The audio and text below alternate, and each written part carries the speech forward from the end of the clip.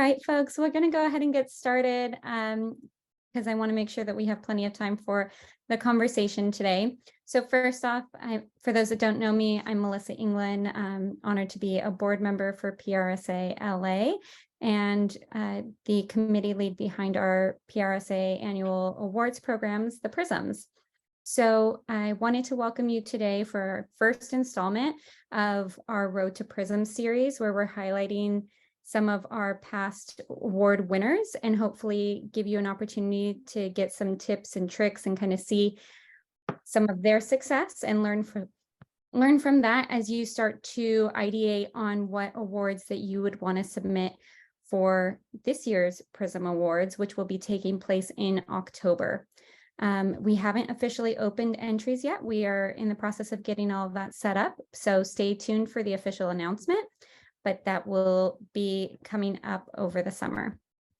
Now, to introduce our special guest for today, I'm pleased to have Sandra Levy from Runyon Saltzman, or also known as RSE. For 2 years in a row, Runyon Saltzman team has worked with the Governor's Office for the state of California on their COVID communications work. No easy feat for sure. And as a result has walked away with the best in show for the past 2 years in a row. So clearly their work has stand out, not only in getting our state through the COVID and getting Californians vaccinated, but also with our judges. So I'm pleased to introduce Sandra, and you can take it from here and show how you won big. Well, thank you, Melissa. Thank you so much for inviting me to join and inviting us to share information with you. You know, I have to say that it was very exciting to be able to win Best in Show 2 years in a row. You know, but it was also really exciting to be able to do the work, and so I'm happy to be here today. So my colleague, Jayashree, is actually sharing the slides, so I just want to introduce her. She was also very helpful throughout the whole account and also with the PRism Award entries. So next slide, please, Jayashree. So again, I'm Sandra Levy. I'm a managing supervisor at RSE and also a new business projects director. That's me. So today we're going to cover these topics. We'll start with the fact that, you know, you have to have great campaign elements to be able to win big. Go back one slide, please. And then we will talk about our storytelling approach, the fact that you can't always, you know, cover the plan, that you have to start fresh, the importance of research, building the right framework, how you can best organize your entries, which we call working in threes, and that it's really good to simplify the writing style, focus on your star entry, and you know, communicate results beyond impressions, and then don't forget the executive summary, give it some love, and then we'll go through some final thoughts. And I just wanted to let you know that we will definitely have time at the end of the presentation to discuss more about the best practices and for you to ask questions. And we'll be happy to share the presentation deck with you today, so you don't need to feel pressured to take notes or screenshots or anything like that, because you'll get it afterwards. So we'll start off on the next slide. So first, as I said, it's really important to start with great campaign elements. And as Melissa said, we are working on the state's COVID-19 public education campaign, which, you know, is arguably the world's largest public health problem in a century. And as we all experienced, the virus was constantly changing, and similarly, so was the public health guidance, which made the campaign, you know, really tricky. We worked on it for almost 3 years, but for the purpose of today's presentation, I'm focusing on year 2 of the campaign, where we were mostly focused on getting people vaccinated to keep them safer. So our assignment was to equitably reach at least 3/4 of Californians, California's population, to get them totally or partially vaccinated, with increases to be seen among 4 priority populations, which is here on your screen. And to do this, we created an evidence-based, creative-led statewide campaign comprised of 6 broad tactics. Next slide. So we had amazing achievements during the campaign, as you can see here, with 9.7 billion paid media impressions, with 2/3 of those reaching priority audiences, more than 2,000, earned media placements, which, came up to more than 250 million impressions, 1,800 materials, which we distributed to CBOs who were helping in outreach throughout the state in 27 languages. And we had activations in community with 113 faith-based organizations, nearly 100 beauty and barbershops that were focused on reaching Black and African American communities. We engaged more than 200 diverse social media influencers and celebrities, and they produced so many pieces of content and delivered so many impressions and got, more than 1 million engagements. And we had custom partnerships with content creators as well. Next slide, please. So our results were amazing. So by June 30th, we had more than 31 million Californians were either partially or fully vaccinated. And more importantly, equity was achieved with increases seen in all 4 of our priority populations. Next slide. So how did we win? The results helped, but they weren't the linchpin. We won with a tightly connected entry that told one story, which used examples thoughtfully, and which led reviewers throughout the entry with its organization. And this can be done regardless of the size and the scope of the campaign. Next slide. Here's Jayashri with my other colleague, Ali, celebrating at the awards event. But, so this presentation today is now, how do you win? So let's go to the next slide. So first, focus on storytelling. Start with a compelling story and connect the narrative to guide the reader through. So for each section, tell a complete story that guides the reader and advances them to the end. And there's an example here on the right that, when you get the deck, you'll be able to probably read it a little better because it's a little small. But basically, this was our 100-word overview, which, kind of told a story and got them, started throughout the rest of the entry. Next slide. And a lot of people think that they can use their communication plan to write the award entry. And yes, your communication plan can help. But sometimes what you wrote about in the plan is not what might have actually happened. So possibly ditch the plan and write about what you did instead. Next slide. With that, start fresh. Don't just edit the RAP report either. Write for an impartial audience, one who doesn't know your client. And again, rely on storytelling throughout your entry and guide the reader through the entry. So it's really important to focus on research, and it should be used to showcase the results. Base your entry upon research. And, as we showed on the right, this is how we did it, with, showing that we had different types of research and, and how that research actually guided, the results and our strategy. And if you don't have, you can go back one slide. If you don't have research, use second or third party data instead. So there's some way that you can get research into your entry. So next slide. Then it's important to build a framework for the entry, make it easy to follow. So you start with measurable objectives that pay off in measurement and results. Gather and organize your data to continue telling your story in an easy to follow manner. So for example, the objectives, strategies, tactics, and results should align.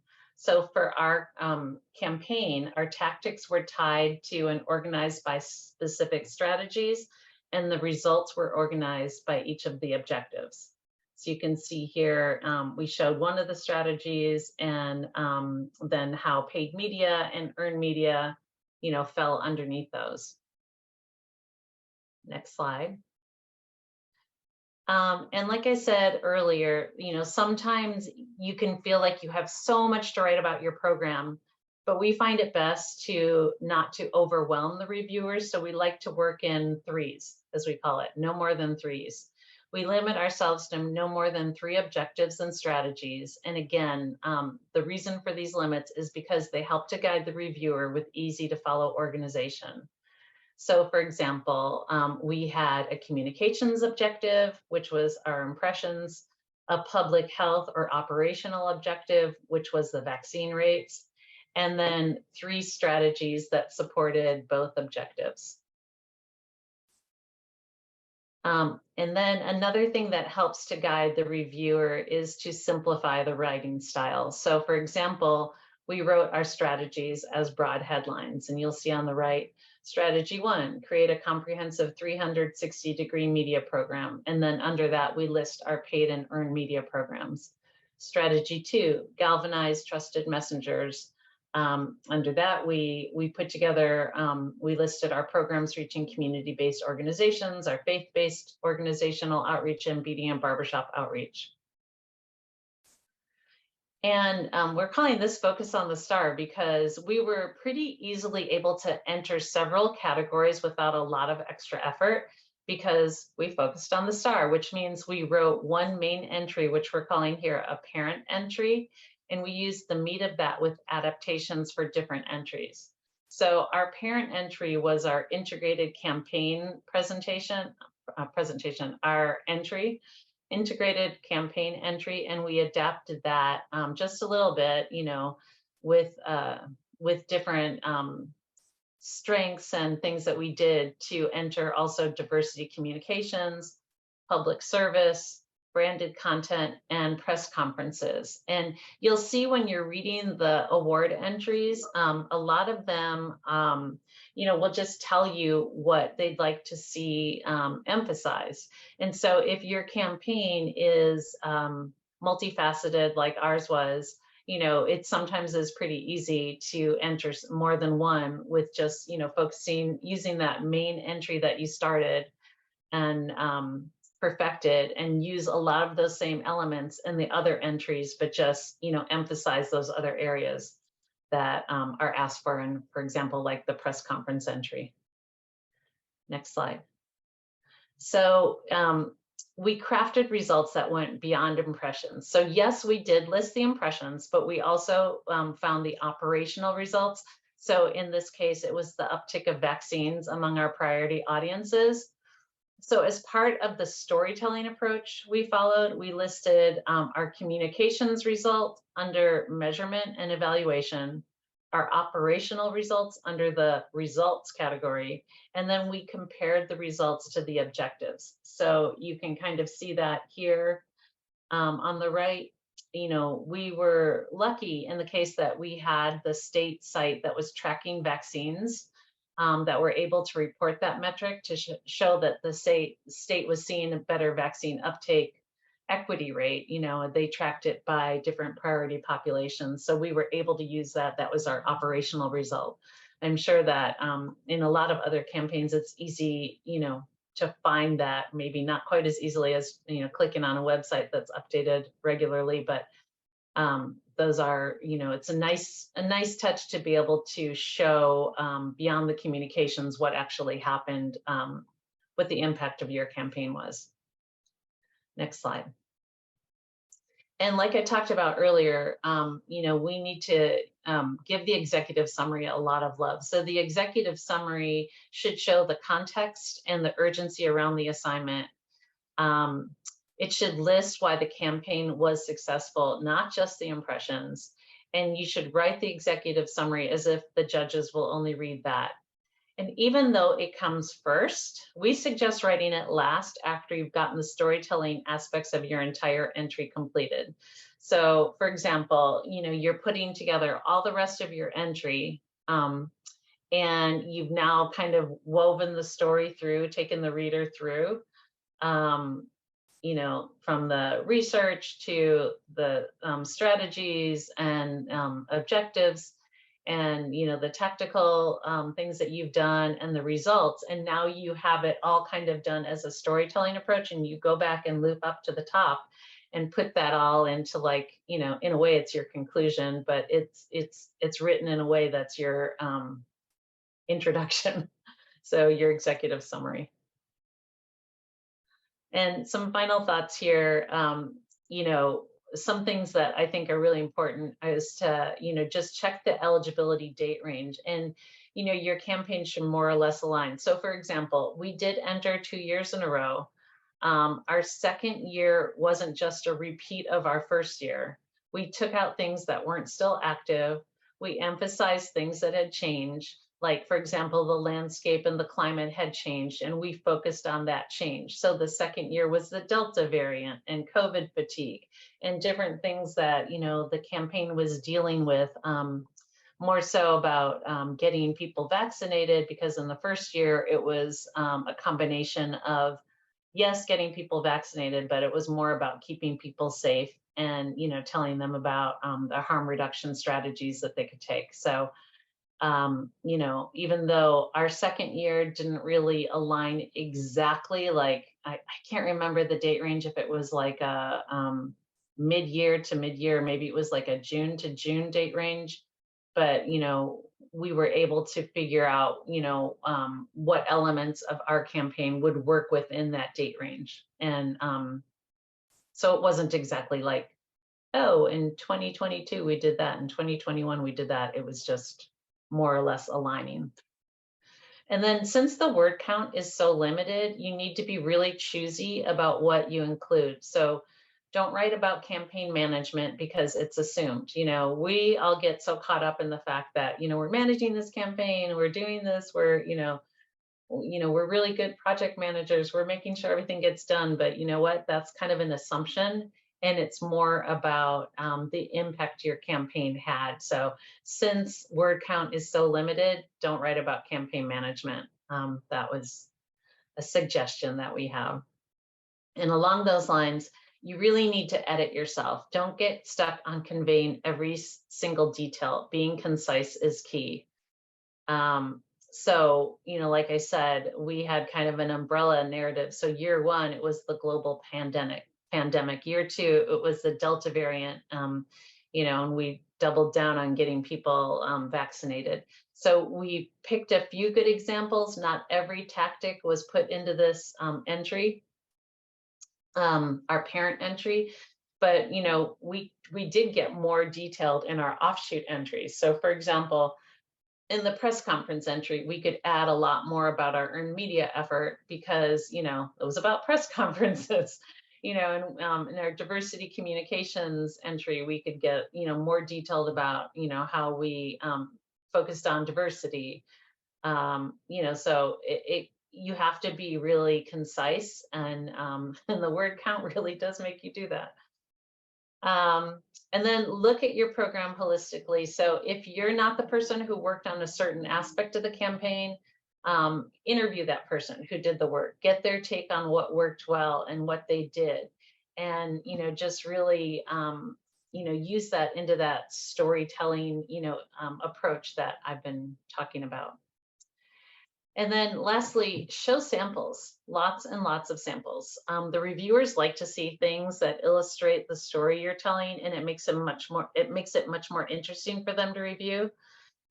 Plus a wide variety of examples show the breadth of the campaign. So we were able to see some of our scores.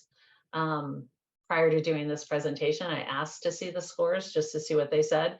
And a lot of them said, or at least a couple of them said, you know, oh, I love the samples you showed, but I wanted to see more of them. And so that made me think, oh, you know what, that does make sense, because, you know, everyone, although you can interested in reading a good story, it's always more interesting to kind of see how that story is illustrated. So the samples really do help. And that's it. That's kind of everything that we did in a nutshell. You know, it's a pretty brief presentation, but I didn't really have much more to talk about.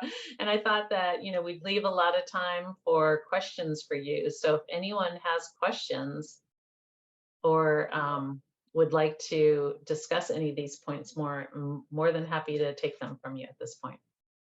Yeah, thank you, Sandra. I'll kick it off. So as a part of PRSA as well, PRSA-LA, we also do reciprocal judging. So just as we have judges scoring all of our entries, we have a volunteer opportunity to review and judge entries for our counterparts. Mhm. And so a lot of your feedback is exactly what I look for when I'm reviewing these entries. First of all, we just wrapped our judging. So um, be on the lookout for next year, but definitely volunteer. We require 5 years of experience or more. Some require 15 years, depending on the type of entry. But every time I'm going through this, I wrote down a key point you said is an impartial audience, right? We are not judging brands that might be in our backyard. So people, you can be talking about COVID response in LA or in California and be like, oh, well, duh, everyone knows that, everyone saw it. No, not if you are the chapter in Michigan that's judging our entries. They've never seen any of this. Mhm. So really setting that stage, there's definitely times when I'm going to review entries and I literally don't know, I don't even know what the brand is by the end. Right. So that's a huge problem. Um, and also another thing you pointed to was research. Research is a huge part of the score. And it's a section that a lot of people just ignore and leave out. And they're like, oh, well, I don't have any direct research points to bring in.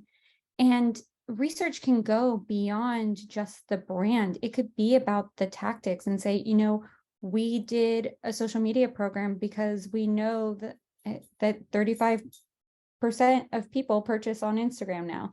You can pull in that type of research. It doesn't need to be, to your point, nuanced research that you did just for the campaign. It just shows your expertise in the category and why you went for that strategic recommendation. So those are two kind of key points that I just wanted to reiterate. I think you really covered it really Yeah. well.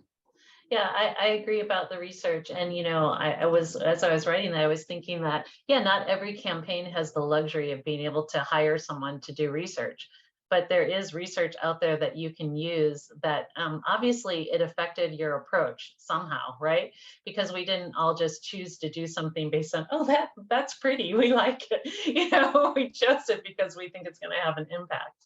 So yeah, it's really important. And I actually, you did ask me if I could judge this year, and I said no, this year I couldn't do it, but I did do it last year, and I found the same thing. I think it was a chapter in, I can't remember where it was last year, if it was Oklahoma or something, but it was somewhere that I knew nothing about what they were talking about. And the same thing, like, as an impartial person, the storytelling approach really is helpful because it takes you through just the narrative of this, cool campaign that they put together. And it either makes sense or it doesn't, that's how Yeah. you're kind of. One of the entries I judged this year was actually social media campaigns. That was Mhm. one of the categories I was assigned. And they didn't include final screenshots of what the social post looked like when it went live. They didn't include a hyperlink to, their social media channels. So I was like, there's this huge disconnect. You're asking me to judge. You have a great write-up, but I have no idea if you executed because I can't see how this came to life. Yeah. So really those examples, we're pretty generous with the amount of examples you can attach. I want to say it's 5 attachments, but we're also really generous in the how big of an attachment. So, don't I remember looking at yours and you had a PDF of all of the different creative aspects that were bringing it to life over some billboards and digital ads. Because as a part of my role, I actually read every single entry that Oh, comes wow. through for PRSA-LA, because that's a part of our judging process to make sure that the scores are lining up and there's no kind of, if there's a key outlier, we go through. And then also when we see big wins, I go through and read all of them for the scripts. So yeah, I just really remember your example standing out as those attachments and seeing some of that brought to life, because it really illustrated everything you had outlined in the different, especially the diversity communication, seeing things in different languages and with different representation. I was like, oh, they really put this to practice. Oh, yeah. And I will give my hat off to Jayashri, who actually pulled all those samples together. So congrats. A lot of work. Yeah, it was. It was. We'll open it to the rest. And anyone have any questions? It was a great information dump, very thorough. I know I definitely took away a few things.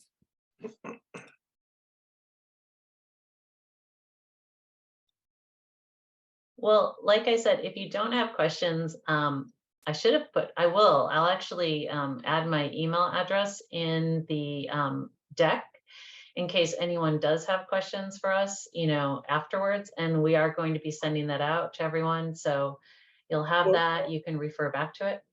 Stephen? Yeah, about how much time did you allocate to put together? How much time did it take for this kind of a comprehensive campaign? Oh, it took a good amount of time. Like, Oh, I am so bad with like estimating hours. because I think that's a lot of it, that people want to.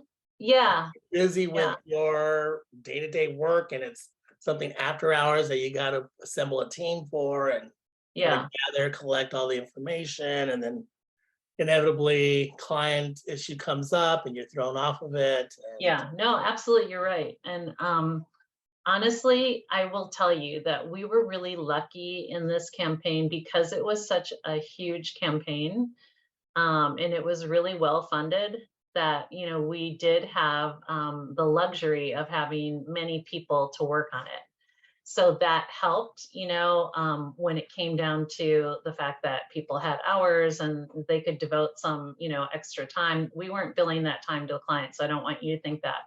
But it was that, we did have people who, we could access to do that. So I don't know, how much time did it take? Like, they have like someone in charge of like that well, role, but yeah, no, it was other agencies. Do you carve out someone's billable time and like give them the space to be able to put this together, knowing they're not going to be as billable that month? Yeah, and it was an expense our agency took on. So it wasn't like I said, I don't want anyone to think that we would ever bill this to a client. Yeah. But our agency decided that it was worth, using agency time basically to put it together, because, honestly, we were really proud of the work. It was an amazing comprehensive campaign. And, although we were embroiled in it, we thought it was worthy of time to devote to, trying to get some recognition for it. Yeah, for so, sure. But it definitely won other awards outside of PRSA-LA. Yeah, but PRSA-LA was the biggest, but we did try to enter some other awards. We entered some through, our creative department, for example.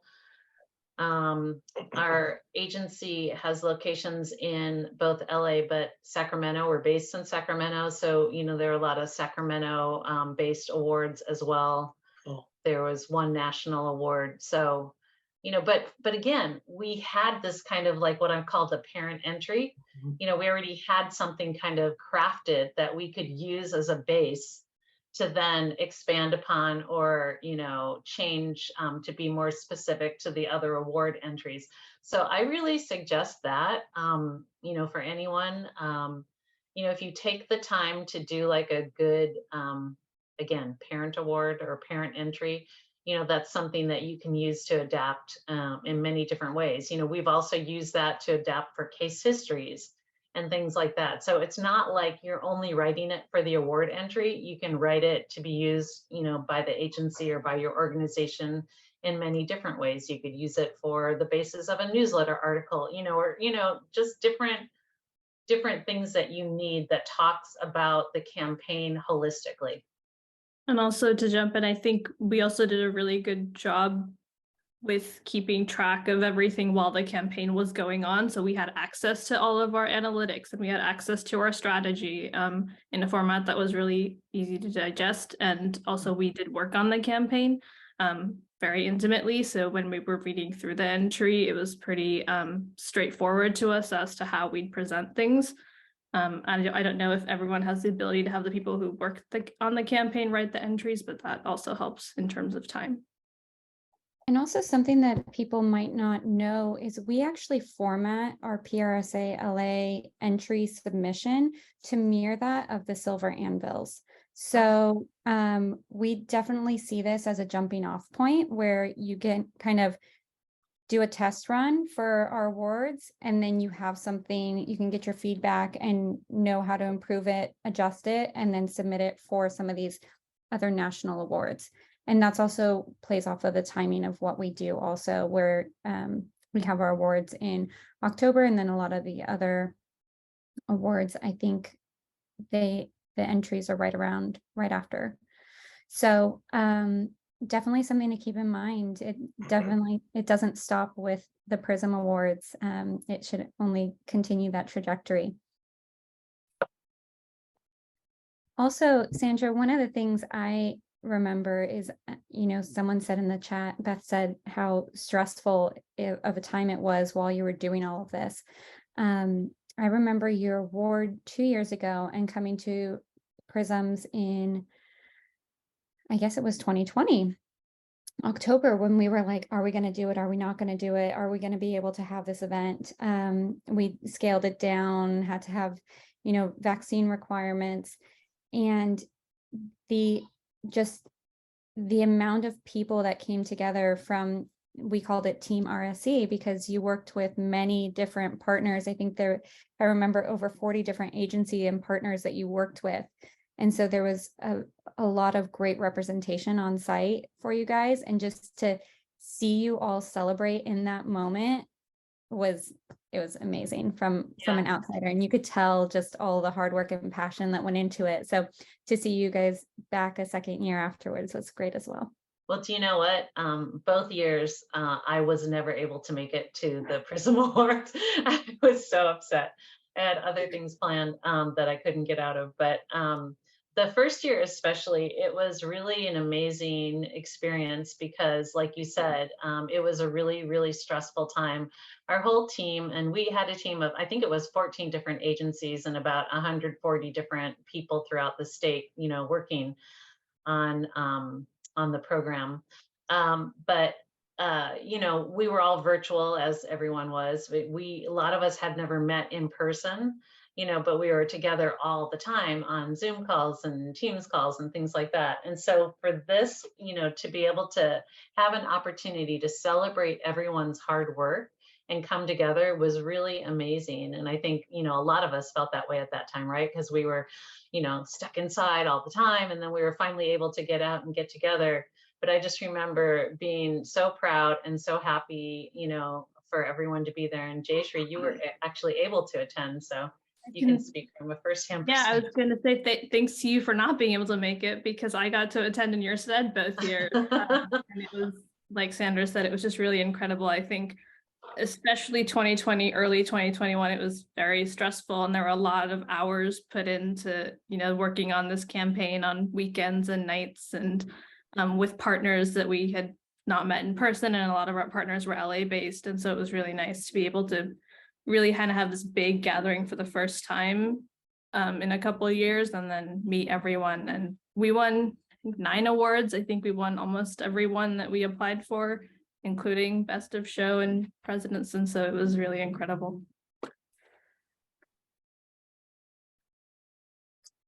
Great job. Yeah, it's a career highlight for sure. I remember I had the honor of Best in Show before I was ever on the board for PRSA-LA.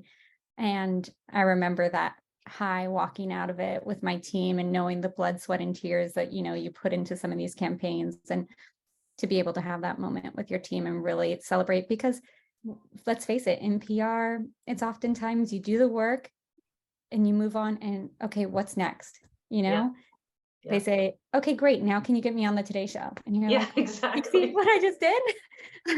But, Right. yeah, I love that moment. Did anyone else in the audience have any questions that they wanted to ask, share? Well, I want to call out two people that I haven't yet. Maricela from VPE. She was one of our partners working on this program with us. So kudos to you, Maricela. And then also Urina, I see, is on the call, and she is with CDPH, and we work directly for, well, not anymore, OCPSC. She was with CDPH and now OCPSC, but they were our client on this. So Very good. hats off to you guys as well. But any questions, like Melissa said? What are you going to enter this year? Oh my gosh, haven't even thought about it. And so we are gonna, I'll take one more opportunity to kind of tout this year's. We are looking at some new ways of bringing forward the PRism Awards. We're going to add a couple categories, so stay tuned for that. We're also going to trim off a couple categories. And then we heard this from some of our agency partners. As Sandra mentioned, you know, a lot of companies like to submit across multiple categories. So we are going to be doing a bulk rate for this year. So if you want to enter into multiple categories, you can, and it won't be as harsh on the budget to give you a little more flexibility there. So we're excited to do that. And hopefully that, yeah, gives some more flexibility for people. But stay tuned for that announcements. Make sure if you don't already sign up for our newsletters. You probably all get them because you found us here, but also follow us on social media for the latest updates, PRSA-LA. And if there are no other questions, Stephen, did you have any other updates? For those that don't know, Stephen Chavez, president of PRSA-LA. Great program. And thank you, Sandra, for sharing all of your great insights with us. Just want to recommend or encourage people to attend our API Heritage Month Networking Mixer. We're doing it jointly with the AJA, which is the API Journalists Association in Little Tokyo on Thursday, May 11th at a place called Saki Dojo on First Street. So just complimentary appetizers, you know, sit around, network, and mix and mingle and meet some journalists here working in town. Should be a good time. That's and I also just want to just tease out also the At Breakfast With that we're planning an At Breakfast With in June with health reporters. So stay tuned. We're going to be sending information on that as well. So that's going to be happening in June. And this would be with health journalists. Awesome. Thank you, everybody. Thank you, Sandra. Thank you again. The whole Appreciate it. team from RSE for bringing this. Great work, and we really appreciate it. Thank you. Take care, everyone. Bye-bye. Bye.